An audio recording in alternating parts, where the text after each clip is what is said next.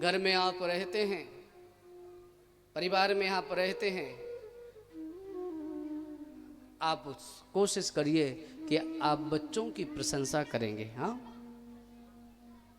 अगर आप पिता हैं तो आप पुत्र की पीठ थपथपाना सीखिए। शिकायतें तो आपको पुत्र से बहुत हैं और प्रत्येक पिता को होती ही हैं, पर थोड़े समय के लिए आप पुत्र की पीठ थपथपाइए। अगर आप सास हैं तो अपनी बहू की पीठ थपथपाइए। बेटा तुम दिन भर काम करती हो हम सबके लिए। अगर आप पति हैं तो अपनी पत्नी की पीठ थपथपाइए कभी कभी। जाइए और जाकर के दो मीठे शब्द बोलिए। ऐसा नहीं कि बाहर से भरे हुए बंदूक की तरह आओ। हाँ, बाहर से भरी हुई बंदूक की तरह मत आइए। घर में आप आ रहे हैं तो घर की तरह आइए। हाँ, भरी हुई बंदूक की तरह मत आइए। मुनि तरुण सागर जी की एक बात मुझे बहुत अच्छी लगती है। अब तो उनका देह नहीं रहा, पर उनकी बात तो हमेशा लोगों को याद रहेगी।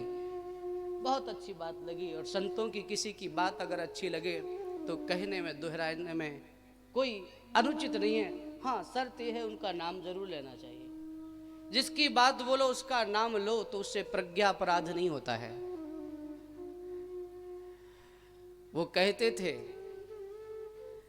कि जब आप घर के अंदर प्रवेश करें तो कैसे घर के अंदर प्रवेश करना चाहिए।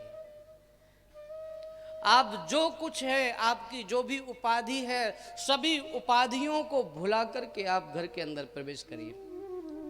हाँ, डॉक्टर हैं तो अपनी डॉक्टरी बाहर छोड़ के आइए। सरपंच हैं तो अपनी पंचायत बाहर छोड़ करके आइए। वकील हैं तो अपनी वकालत बाहर छोड़ करके आइए। जज हैं तो अपने फैसले न्यायालय में करिए, घर पर नहीं। घर आइए तो ये कैसे आना है, तो बोले ये सोच करके आइए कि एक माँ को उसको उसके बेटे की प्रतीक्षा है, एक पत्नी को उसके पति की प्रतीक्षा है, एक बहन को उसके भाई की प्रतीक्षा है। तो डॉक्टर, वकील और नेता बन करके घर में मत आइए। घर में पुत्र बन करके आइए, पिता बन करके आइए, भाई बन करके आइए।